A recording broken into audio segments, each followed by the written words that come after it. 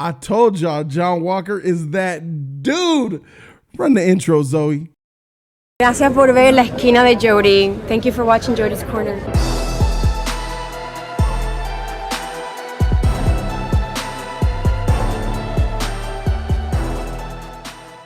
YouTube was good. It's your boy Jody Joe. Welcome to Jody's Corner. I am Jody Joe. Thank you guys so very much for being here. Got the fresh green screen, new mic holder and all that. Improvements. I invite you guys to come to the live stream today, Friday, April 23rd or something. This Friday, 5 p.m., we're having the full Falcon and the Winter Soldier discussion. Last week's was insane. All of us was just going at it, arguing for 3 hours straight because we had this huge disagreement on how we see some of these characters. And now after this episode, oh yes, the finale is going to be lit. We're talking about it right here on Jody's Corner tonight at 5 p.m. Pacific time, the best pop culture show on YouTube, no cap, in America. Thank you guys so very much for being here. Falcon and the Winter Soldier finale. The time is here. We have Falcon, who is he going to be Captain America or not? What is Bucky going to do to remedy his the skeletons in his closet, to try to make himself feel like a human again? John Walker, who murdered a terrorist in front of the world, who a lot of people are looking at questionably, what is his redemption arc? Will there be a redemption arc, or is he full-on villain? Carly, the annoying freckle-faced, beautiful, sexy chick who is a trash villain who I want to die 4 episodes ago, is in this. What happens with her, the Flagsmashers, and how the world views and sees Sam Wilson trying to be Captain America. Look, we got the suit. He shows up. I feel like when Falcon I need to call him Captain America now, don't I? When Captain America, Falcon America showed up in the suit that the Wakandans gave him, it was anticlimactic. It was kind of epic, but kind of not the way they introduced it. I felt like it was rushed. I felt like they could have hyped that up just a little bit more. And when the reveal came, make it a little bit more epic. Hit it harder, I felt that they could have done that. But, you know, it was still nice to see the suit. The suit looked good. I really don't like the face mask part and how the neck part is open and then comes to the side of the face and the goggles are a part of the mask. I just feel like that's a little bit extra. It looks a little cheesy, looks campy. And I feel like they could make adjustments for season 2 with that cowl. Somehow just fix those goofy looking goggles. But the suit itself looks dope. The Wakandans hooked him up with that suit. Without a doubt, that suit has to be vibranium. Those wings are definitely vibranium. So it wouldn't make sense that they would make him a suit that's not vibranium, but the wings that are vibranium. It showed that he went with those wings, was putting in serious work. I mean, this dude is a lot better now because of that suit. Like he was a regular human with a shield who was learning how to throw it, but now he can fly again. He can fly at greater speeds because those jets, those turbines are propelled by Wakandan technology, which makes them faster, durable, and more stronger than Stark tech. His new red wing is probably laced with vibranium, which is probably indestructible now. He has indestructible wings. I mean, like, even though Falcon doesn't have the super soldier serum, he's definitely filling that role of a version of Captain America. My issue wasn't about so much his ability, because he does lack fighting ability. It was more about his demeanor and why he feels. Why did he run away from Captain America for so long? Why has he dodged wanting to be Captain America? And that's where I'm going to introduce something interesting here. I really feel like there's been a lot of stuff edited out of this show. I feel like there's a whole narrative missing from this show. I feel like what we've seen in this show in regard to Falcon, his journey and his arc, it doesn't have any fluidity and consistency. And I feel like maybe his character suffered from the edits that this show allegedly probably took in. Here's what I mean. Falcon has in Endgame said he's going to do his best. And then in the first episode, he doesn't want it, gives the shield away. He keeps giving the shield away, keeps trying to give it away, tried to give it to Isaiah. And then we don't really get that moment of what made him go from, I don't want to be Captain America. Whatever his situation, we don't know. We still don't know, guys, why he did not want to be Captain America. Do you guys realize that? We still don't know the actual reason why. We could hint that it had something to do with him being black and how he just did. But then when we find out that he wants to be Captain America, that moment, usually there's that moment, that defining moment of when a character shifts stances from one way to another. Ergo, your Star Wars Episode 3, Revenge of the Sith. Anakin Skywalker lost Padme, or thought he lost Padme, and he was betrayed by Padme, what he believed to be betrayed by his best friend, Obi-Wan Kenobi, to save her. Then he made that path transition to the dark side. That's just an example of what happens when a character goes this way and then goes this way, sharp left. That scene, that epic moment is missing from this show. I feel like it's been edited out, changed, altered, deleted, whatever. It's not here. Some of y'all in the comment section right now saying, Jody, he was talking to his sister on the docks and had a conversation. Jody, I'm sorry that you might buy that and that's fine, but that's clearly not what was intended here. It's just not, because that conversation was nothing in comparison to the conversation that they had in therapy when Bucky looked at him and says, that's the only thing I know about Cap, and if he was wrong about me, then he was wrong about you, then he was wrong about me. That was the conversation that would have probably shifted him, but it didn't. So this conversation with his sister, no. The conversation with Bucky in the end of episode 5, no. It just didn't match up. In fact, episode 5 gave us the conversation with Isaiah, and how Isaiah looked at him and said, anybody who's a black man, any upstanding, self-respecting black man would never want to be Captain America. So Isaiah's conversation should have demotivated Falcon to be Captain America, but somehow, some way, it motivated him to automatically just say, you know what? And it wasn't really, there wasn't a scene of him thinking, pondering, reminiscing. There was nothing there to make him decide, all right, from what Isaiah said, I want to be Captain America. He just went into being Captain America. I feel like there's a big block missing between the time Isaiah said no self-respecting black man would want to be Captain America and when he actually started the training montage to become Captain America. Something I feel like is missing there, because what they give, I'm just not buying. It doesn't feel complete to me. But that's neither here nor there. Where he ended up in this show, do I buy it? Yes, I absolutely buy the fact that now he is his own version of Captain America. He is Captain America. The problem that I have is, why didn't you just do this from episode 1? And the reason why I asked that question is because nothing happened between episode 1 and 6 that showed me, first of all, they didn't tell us why he doesn't want to be Captain America. That's still a question mark.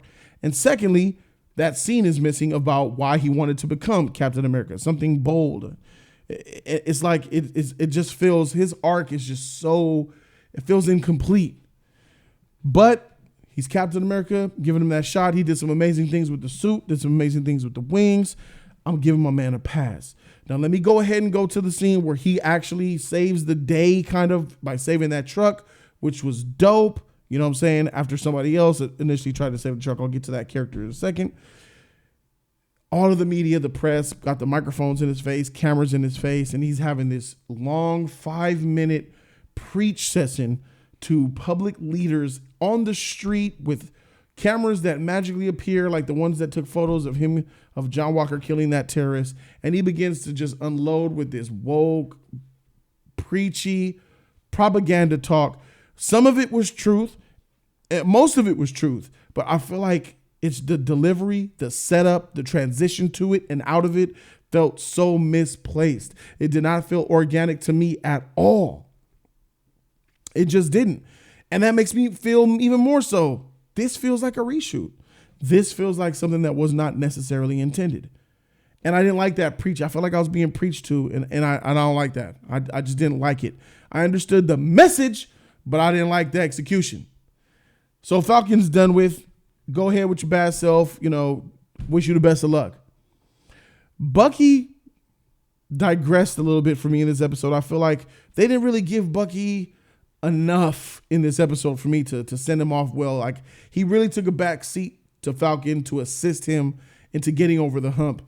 And I feel like that was a little bit of a misstep, since we know that the way the character Falcon was written in this show was inconsistent. Bucky's character was written consistently. So I feel like they should have given that a little bit more payoff. Even though he met the old man and he told him that I am the one that killed your son, I really felt like they could have handled that a little bit better. They should have stayed there a little bit longer and just give that like 2 more minutes to let that organically fester and start to simmer. I feel like I feel like Bucky deserved that, for me to get more emotional, because I was ready to cry, but I just didn't get there because they didn't spend much time there. I feel like they should have stretched that out, spend some more time there, make it happen, make us feel it. But it didn't.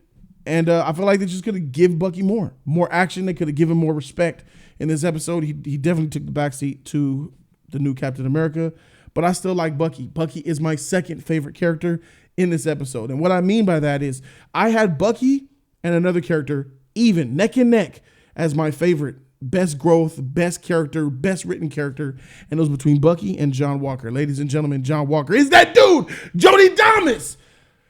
First of all, I told you guys that all of y'all cast judgment on John Walker. Now, I'm not just trying to rub it in. I'm not. Oh, yes, I am. Y'all cast judgment on John Walker. Said he's not a hero. Said he ain't Cap. Said he's a villain. Said he's evil. Said he doesn't have his mind on right. Bro, I'm telling y'all, a lot of y'all just did not see what I saw and did not see what a lot of people that, agree with me saw. I saw a character, a soldier, crafted and did soldier things and got punished for doing what they hired him to do. He killed that terrorist because his job is to kill that terrorist. What do you think these soldiers are out here doing in war in Afghanistan right now? It was on camera. It was a problem. Oh, he was mean. He was a douche. He was arrogant. Yeah, you would be too if you're a 3 Medal of Honor winning soldier with the cameras, lights, and action all on you. You would have a chip on your shoulder too to prove yourself. You don't have powers. Everything I've been saying about this man has been on point, and this show has given it to me. And then not just giving it to me because I've been getting it. It's giving it to you. Now you guys see what he is made of. What am I talking about? Y'all know what I'm talking about. Talk about this scene that I'm going to let play behind me right here with the power of the green screen. I'm talking about this, where he had a decision to make, to chase Carly and finish her off, or to save this bunch of innocent people in this truck. You see the shield fall to the ground. He gave it up to do what? To try to save the people. And I'm telling you, I felt a huge amount of just emotion going through my body. I was jumping up on Lewis's stream, Nerd Report. We had a watch party, me, him, and Andy. It was great seeing him try to save those people. He is Captain America. But now he's not. By title, he was always Captain America to me since episode 2. And now he's U.S. agent. He was misunderstood. He was thrown to the wolves and discarded. Now he has someone with Elaine Bennis's character, Julia Louis-Dreyfus's character, that is going to bring in something truly epic. So looking at it now, we see that they're going to utilize U.S. agent for what he could do. The right thing, justice, do what's right for the government. But also when stuff needs to get a little bit dirty, he's willing to take it there. I love his character arc. It's so amazing, man. He's this guy that was given this opportunity when he didn't really live up to snuff because he wasn't a super soldier, but he took the job anyway. And he tried to work with Bucky and he tried to work with Falcon. Falcon and Bucky disrespected him, pressed him, dismissed him, besmirched him. And even once with the slap in the face that he was getting from Bucky and Falcon, he still bailed Bucky out of jail, took off the heat on him with parole so he could do his thing, tried to work with them as a team, and people got mad because he was upset and had a chip on the shoulder, was cocky. Well, excuse me, you would be cocky, I would be cocky too. Steve Rogers was cocky too. Y'all forget, I didn't. At every turn, Falcon, watch your mouth, man. Slow your roll. All you're doing is running your mouth, talking this smack, getting served by the door, Malaje. Saying every order he was given, no respect. Dude spit in his face. I mean, nobody was respecting this man when he deserved it. He's got the shield. He's wearing the uniform. He is Captain America at the time. But now we see, to see them running together, bro, like this right here gives me life. This right here with them running together finally as a team. So what? It took him to get super soldier serum for you guys to finally start respecting him, to try to do the right thing. He was always trying to do the right thing, guys. And to see them three together like that made me feel good, bro, because they were a team of 2 super soldiers and a black guy trying to be Cap. I loved it, man. And then we have this Carly situation, and we got the reveal of, oh my God, who is she? Jody Damas again. I've told it in the live streams. Spoiler alert as well, guys. Really, this is a whole spoiler review. You shouldn't be watching this. The power broker's identity has been revealed. Sharon Carter is the power broker. I called it. Jody Damas, you know what I'm saying? I saw it and mile away, and that's what it is. The power broker did the job Falcon could not do, and that was destroy Carly, because Carly is a terrible character. She's a bad villain. She's a bad guy. What blows me away is so many of y'all were willing to give Carly the benefit of a doubt without giving it to John Walker. And those of you guys who wanted to give Carly the benefit of the doubt of being semi-good, let's see where she's at. She's probably good, but didn't give that same energy to John Walker. Y'all missed out on this whole entire show's message. Y'all been watching a different show. You have completely missed what the writers have been giving you, but that's fine. It's all good. She's trash. And to know that power broker is the one that took her out a little bit weak, because Falcon should have done it. And I just don't understand this love and affection that Falcon has for Carly. I'm sorry. Why? Because they're both black? Please don't push that on me, because she's a bad guy and he's a good guy. Naturally, that's not going to work. And they didn't have a connection. I didn't feel the connection that they allegedly had. Every time they're together, she's attacking him, or there was a couple times where he was getting through to her with talking to her and all that and stuff, and she let her guard down because he was black and all that. You know, that's neither here nor there. But I just wasn't buying her, and I'm glad that she's dead. Not so much that she died by the hands of Power Broker. So Power Broker Sharon Carter's out there. Nobody knows who she is. The end credit scene says she wants to get some more work done. She's going to have actual access. She has been pardoned by the United States government. She has also been given her position as a high-ranking officer somewhere in the new government. And now she has those contacts to take her next terrorist threats to the next level. She's a dope character. I like her. I look forward to seeing what she has to bring to the table. Yeah, man, this show just reminds me of how amazing it is to be a Marvel villain. Power Broker killed GSP. I didn't really like that. What's amazing? I'm gonna save that for the live stream tonight. There's so much details that I have to get into with this episode. I'm just giving you guys this review to give you guys my opinion on the matter on the whole episode. For me, I feel like GSP was done a little bit dirty. I feel like they should have fleshed him out a little bit more. Don't really so much like the way he was handled. You know what I'm saying? I feel like they could have did a better job with that. Also, I feel like the climax, the ending of this episode could have been handled better. This Flagsmashers, I have a question. What are they? Who are they? They're irrelevant. They don't matter. That whole plot narrative is off. I feel like all of that has been changed. She went from wanting a revolution to throwing in innocent people in trucks to blow them up and crash them. That's the plan. I mean, the rewrites here are apparent. You know, that last part stuck out like a sore thumb to me. I feel like taking over that building was a part of it, but that whole flying in a helicopter with the people and throwing the trucks off the ship, that was all rewrite to me. It just feels that I wasn't feeling that, bro. I really wasn't, bro. And the Flagsmashers are just terrible. They're not good. And I mean good as characters. I still don't understand what they're about, what they really truly believe in, what's with the movement about, what's with the masks. Those are useless and pointless. They know what you all look like already. It's freaking ridiculous, man. So it's wild to me, man, to know that we went a whole episode with these Flagsmashers and they meant nothing. You know what I mean? Just absolutely nothing. So the Flagsmashers was bad. They were in the way. Could have did it better. There's improvements that could be made for season 2, and there should be a season 2. Here's what I want for season 2. I want twice the budget, or 25% increase on the budget. I want 10 episodes, 1 hour long each. That's how good the show is. It's good to be a Marvel fan because of shows like this. And even though this show didn't end on the way I wanted it to, even though I don't feel like they did Bucky enough justice, and even though I feel like Falcon was getting his butt whooped again by GSP, you know, because, you know, Falcon can't fight. He got to learn how to fight. Somebody train this man. It's quick.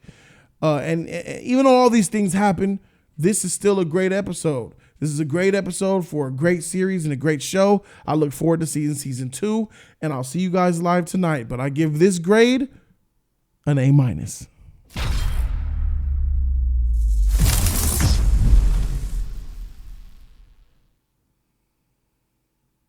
Thank you guys so very much for watching. I really appreciate you guys. Subscribe to the channel for more of that real content. I'm Jody Joe, and I'm out this thing. Deuces!